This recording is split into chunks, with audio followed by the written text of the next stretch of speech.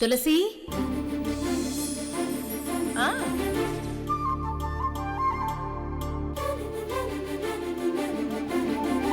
ఆ నందిని సంజయ్ వెనక్కి తీసుకున్నారంటే దానికి లక్ష్మియే కారణం. నీ జీవితం బావుండాలనేసి లక్ష్మి ఎంతో కోరుకుంటోంది. అలాంటి లక్ష్మి జీవితం కూడా బావుండాలనేసి నువ్వెందుకు కోరుకోవురా?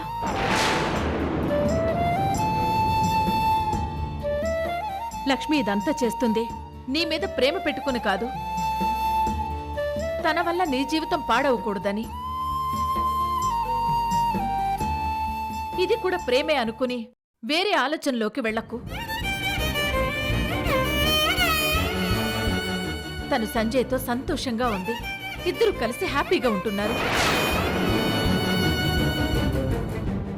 నువ్వు కూడా సంతోషంగా జీవితంలో ఎదిగి తనకు కనిపించు. అప్పుడే తను కూడా హ్యాపీగా ఫీల్ అవుతుంది. నువ్వు ఎంతో ప్రేమించిన లక్ష్మి స్థానంలో మరో అమ్మాయిని ఊహించుకోవడం కష్టంగానే ఉంటుంది. కానీ కొన్ని ప్రేమలు పెళ్లికి నోచుకోలేవు. అలా అని అంతటితో జీవితం ఆగిపోకూడదు కదా, అదే అత్తయ్య అభిప్రాయం. అరే జ్యోతి, అమ్మ నీ గురించి ఎన్నో నిద్రలేని రాత్రులు గడిపి నీ గురించి బాధపడిందిరా. అమ్మ మాట ఎప్పుడూ ఒక మాట కాదురా, అదే ఒక మంచి దారి, ఆశీర్వాదం. అర్థం చేసుకో.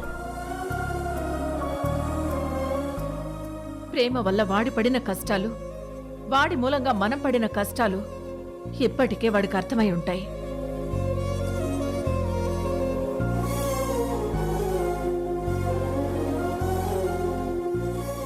అమ్మా,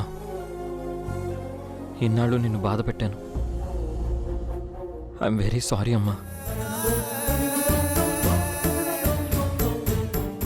నువ్వు ఈ రోజు నుంచి ఎందుకు చెప్తున్నావో నాకు ఇప్పుడు అర్థమైంది. అలాగే నడుచుకుంటానమ్మా.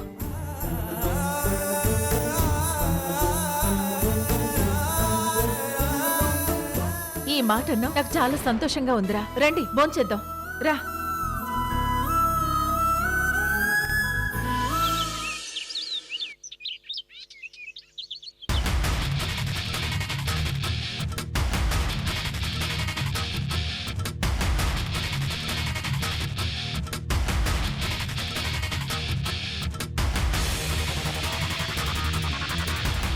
నందిని, నందిని, నందిని. రండి అంకుల్, రండి ఆంటీ. టైమా? తులసి ఇంకా రాలేదా? అంకుల్ వాళ్ళకి కాఫీ తెచ్చిపెట్టు. కూర్చోండి అంకుల్. ఆగమ్మా. నందిని, మాకు ఈ మర్యాదలేం అక్కర్లేదు. మీరు బాగా చూసుకోవాల్సింది నా కూతుర్నే కానీ మమ్మల్ని మాత్రం కాదు. లక్ష్మికి ఏమైంది అంకుల్? సంజయ్తో సంతోషంగా ఉంది. మరికొద్ది నెలల్లో శుభవార్త చెప్తానని మాతో అంటుంది. ఆంటీ కాల్ చేసినప్పుడు కూడా అదే చెప్పింది. ఇంకా వాళ్ళ కాపురం గురించి టెన్షన్ ఏముంది? ఇలా అనుకోనే నేను ఈ 4 రోజులు ప్రశాంతంగా ఉన్నాను. లక్ష్మి జీవితంలో నీకే గండం లేదనుకొని, దాని కాపురం గాడిని పడిందనుకొని గుండెల మీద చెయ్యి వేసుకొని పడుకున్నాను. కానీ మళ్ళీ మీ వల్లే ఇదే గుండెల్లో టెన్షన్ మొదలైంది. టెన్షన్ దేనికి బావుగారు? దేనికంటారేంటి బావగారు? ఆ జ్యోతి మీద పెట్టిన కేసులు వెనక్కి తీసుకోవడం వల్ల. వాడు శిక్ష నుంచి తప్పించుకుని సేఫ్గా ఇంటికొచ్చాడు. వాడిని ఆ తులసి కాపాడుతుంది. ఏంటి అంకుల్ మీరనేది? అవును, వాడు రిలీజ్ అయిన విషయం నీకు తెలీదా?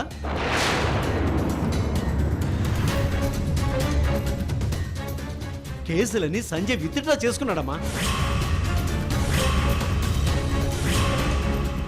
నీతో చెప్పకుండా, నీకు అసలు తెలియకుండా సంజయ్ అలాంటి పని చేయడు కదమ్మా.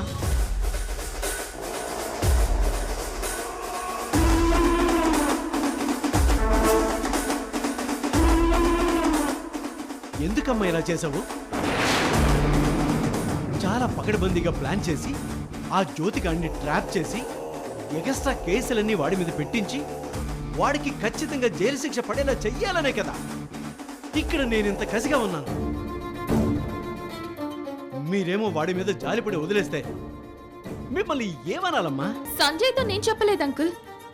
వాణ్ణి ఇప్పుడే పిలుస్తాను. సంజయ్, సంజయ్.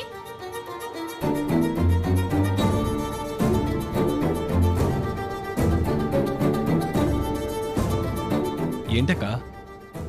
జ్యోతి మీద పెట్టిన కేసులన్నీ విత్డ్రా చేశావా?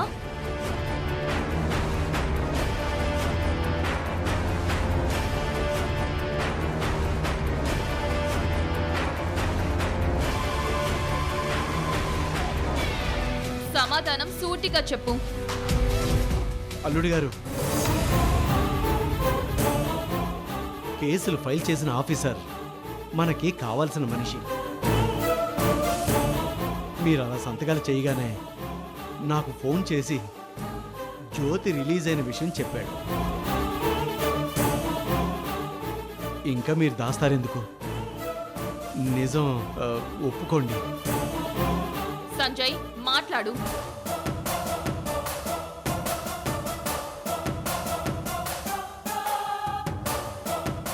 ఐఎమ్ సారీ అక్క, విత్డ్రా చేశాను.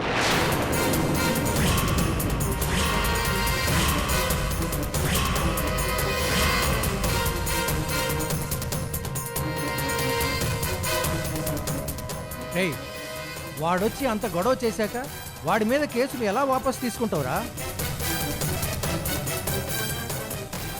సంజయ్, నీకేమైందిరా? వాడి పీడ విరగడైపోయిందని మేము ప్రశాంతంగా ఊపిరి పీల్చుకుంటుంటే నువ్వు వాడిని ఎలా క్షమిస్తావు?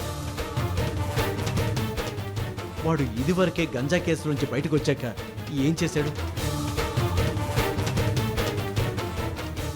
మాటి మాటికి లక్ష్మికి కాల్ చేయడం, బయటికి రమ్మని బెదిరించడం, రాకపోతే చస్తానని బెదిరించడం. ఇలాగే కదా బాబు టార్చర్ చేశాడు. ఇప్పుడు మళ్ళీ అదే చేయబోతాడు. మిమ్మల్ని, నన్ను కాదు, ఇక్కడ ఉన్న వాళ్ళందరినీ శత్రువులా చూస్తాడు.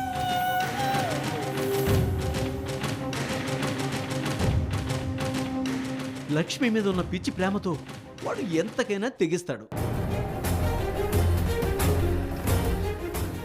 ఇది మీరు ఆలోచించాలి కదా బాబు.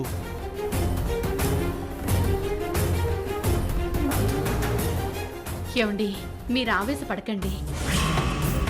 మీరు ఊహిస్తున్నట్టు అలా ఏం జరగదు. జరగదని నువ్వెలా చెప్పగలవు? వాడు సైకోలా తయారయ్యాడు. అలాంటి వాడు ఎలాంటి గొడవ చెయ్యకుండా మళ్ళీ ఈ ఇంటి మీదకి రాకుండా ఉంటాడని నువ్వు గ్యారెంటీ ఇవ్వగలవా? ఇవ్వగలవా?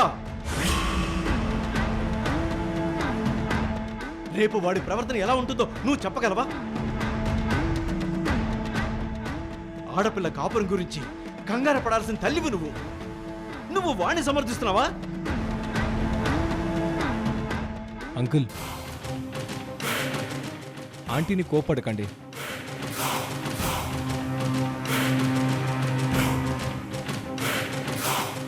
ఇక ముందు ఏ గొడవ ఉండదని ఆంటీ ఆటోమేటిక్గా ఆలోచిస్తుంది.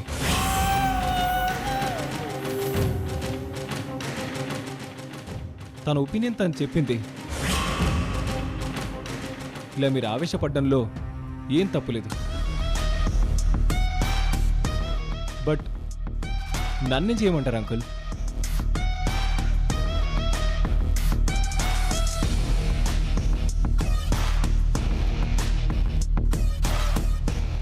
జ్యోతిరాదిత్య ఏదో ఆవేశంలో వచ్చి గొడవ చేశాడే గాని వాడు రౌడీ కాదు, గూండా కాదు. వాడి కెరీర్ నాశనం చేయకండి అని లక్ష్మి నన్ను రిక్వెస్ట్ చేసింది.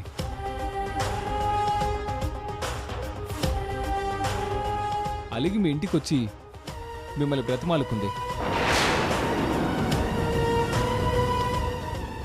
జ్యోతిని విడిపిస్తే గాని ఈ ఇంట్లో అడుగు పెట్టానని చెప్పింది.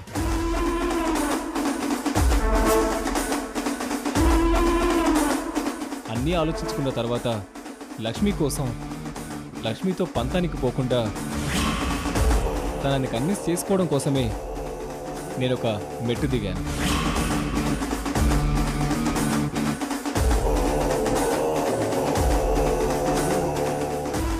కేసులన్నీ విత్డ్రా చేశాను. తప్పలేదు అంకుల్. అంకుల్, లక్ష్మి కోసమే మీ టెన్షన్ అంతా. సంజయ్ కూడా లక్ష్మి గురించి టెన్షన్ పడే ఇలాంటి డిసిషన్ తీసుకున్నాడు.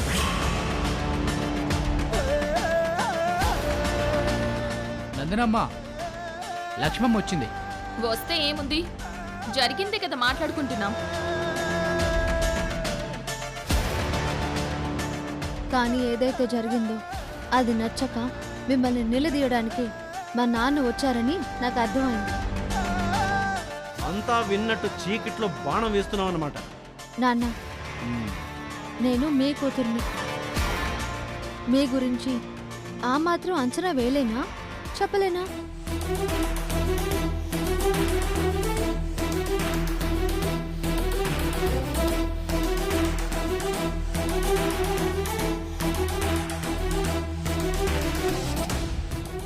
నేను ఆ రోజు కోపంలో మన ఇంటికి వచ్చి జ్యోతి విషయంలో మిమ్మల్ని నిలదీస్తే నాకు మీరు సర్ది చెప్పి పంపారు, కానీ జ్యోతి బయటికి రావడం మీకు ఇష్టం లేదు. అవును, ఇష్టం లేదు.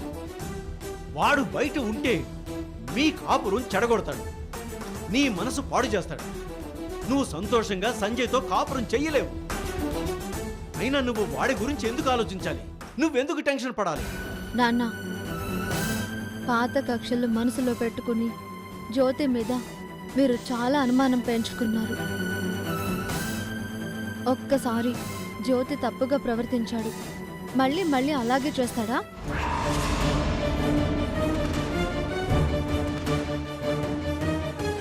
అలా చేస్తే నేను ఊరుకుంటానా? నేనే కంప్లైంట్ ఇచ్చి వాణ్ణి లోపల కూర్చోబెడతాను.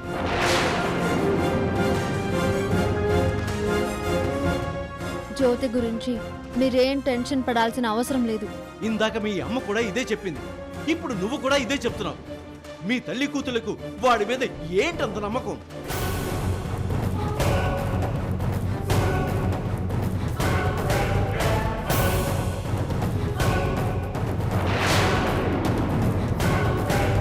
మీరు కితాపిచ్చినట్టు కాకుండా వాడు మళ్ళీ నీ వెంట పడాలని చూస్తే, మళ్ళీ తాగొచ్చి ఇంట్లో గొడవ చేస్తే,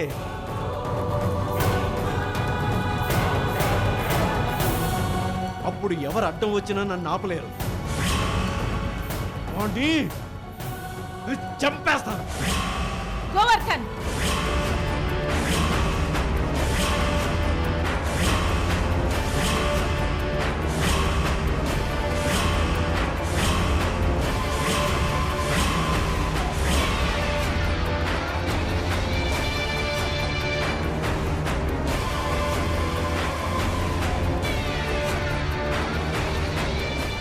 ఏంటి నా కొడుకును చంపేస్తావా? నువ్వు అసలు మనిషివేనా? తులసే, నార్మై,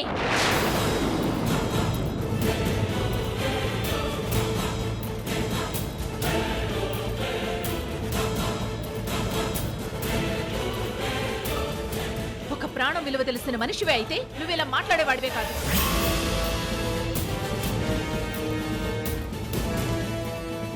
ఏంటి తులసి, నీ కొడుకు బయటికొచ్చాడన్న తెగింపుతో మాట్లాడుతున్నావా? ఇక్కడ తెగించి రాక్షసుల్లా మాట్లాడుతుంది నీ కళ్ళ ముందున్న ఈ పెద్ద మనిషి.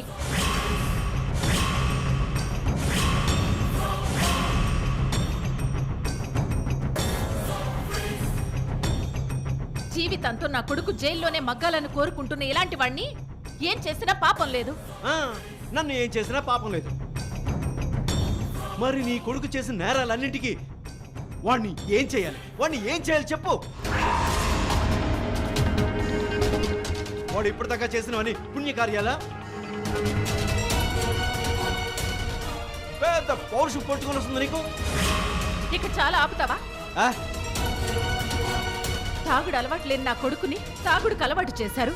వాడిని రెచ్చగొట్టి వాడి మనసు పాడు చేసి వాడి బలహీనతనే వాడి పతనంగా మార్చాలనేసి కుట్రలు చేస్తుంది ఎవరో కూడా నాకు తెలుసు. ఆహా, నేను.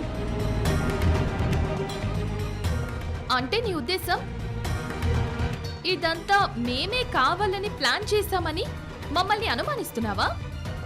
గుమ్మడికాయ దొంగ అనగానే భుజాలు తడుముకుంటారు ఎందుకు మేడం? మీ ఎదురుగా ఉన్న మనిషిని ఉద్దేశించి అంటున్నానని అనుకోవచ్చు కదా.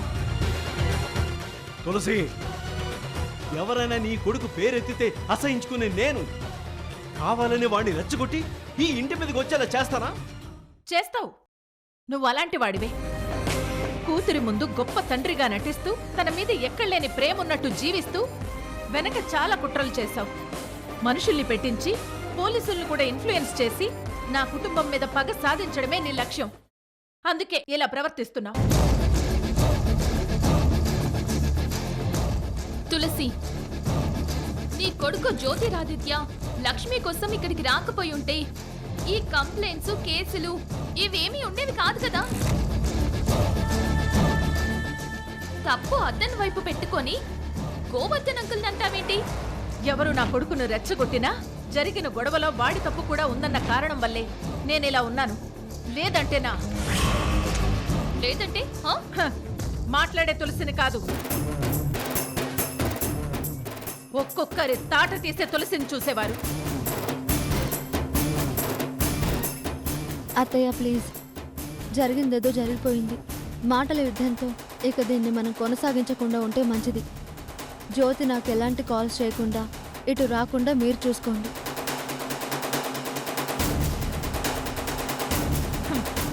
మాట్లాడే సంస్కారం అంటే ఇది.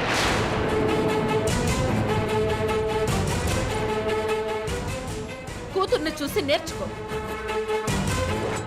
ఆవేశంతో ఏ మనిషి అయినా పతనమైపోయినట్టు విన్నామే గాని గెలిచినట్టు చరిత్రలోనే లేదు. నా కొడుకు జ్యోతిరాదిత్య ఇటు రాకుండా నేను చూసుకుంటాను. వెరీ గుడ్ తులసి, నువ్వు అష్యూరెన్స్ ఇస్తున్నావు కాబట్టి నీదే బాధ్యత. లక్ష్మి, సంజయ్లు సంతోషంగా ఉండాలని ఇక్కడ అందరూ కోరుకుంటున్నారు. ఈ చాడి వేడి ఘర్షణ ఇంక ఇక్కడితో ఆపేసి వెళ్ళి వంట సంగతి చూడు. అంకుల్ ఆంటీ వాళ్ళు కూడా వచ్చారు కనుక స్పెషల్గా ఏమైనా ఉండు. అలాగే మేడం, తప్పకుండా. అమ్మా నందిని, ఆ మనిషి వండితే నేను భోంచేయదు. మరేం పర్లేదమ్మా, మేము బయలుదేరతాం. అంకుల్, ఇంతవరకు మాట్లాడిన తులసి వేరు, నాతో ఛాలెంజ్ లో ఓడిపోయిన తులసి వేరు. తను మీ చెల్లెలు కాదు, వంట మనిషిలా చూడండి అంకుల్.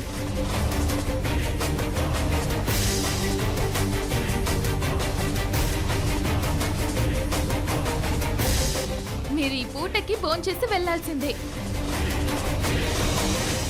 ఏమండి, భోంచేసి వెళ్దామండి.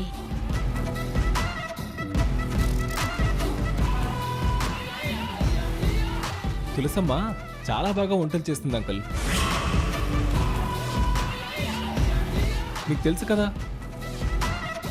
భోంచేసి వెళ్ళండి. అలాగే బాబు, చేసి వెళ్తాం.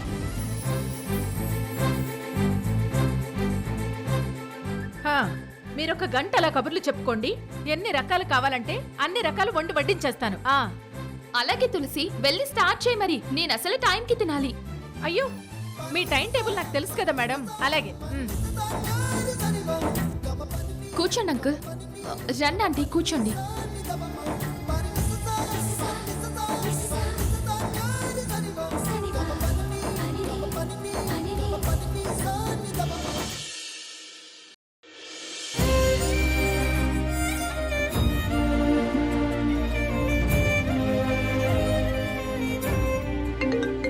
ఈశ్వర్ కాల్ చేస్తున్నాడు. హలో ఈశ్వర్.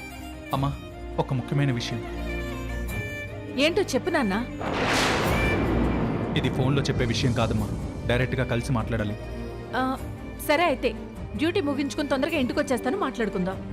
అమ్మా, ఇది మనం ఇంట్లో మాట్లాడుకునే విషయం కాదు, బయట కలవాలి. అంత ముఖ్యమైన విషయం ఏంట్రా, చెప్పు. నువ్వు వస్తే నీకే అర్థమవుతుంది.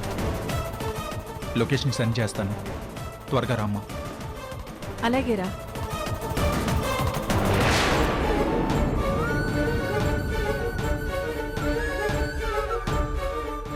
ఈశ్వర్ ఎందుకింత టెన్షన్ పడుతున్నాడు? ఏంటి అంత ఇంపార్టెంట్ విషయం? అర్థం కావట్లేదే. ఏదో ఒక వంకతో వెంటనే ఇక్కడి నుంచి వెళ్ళిపోవాలి.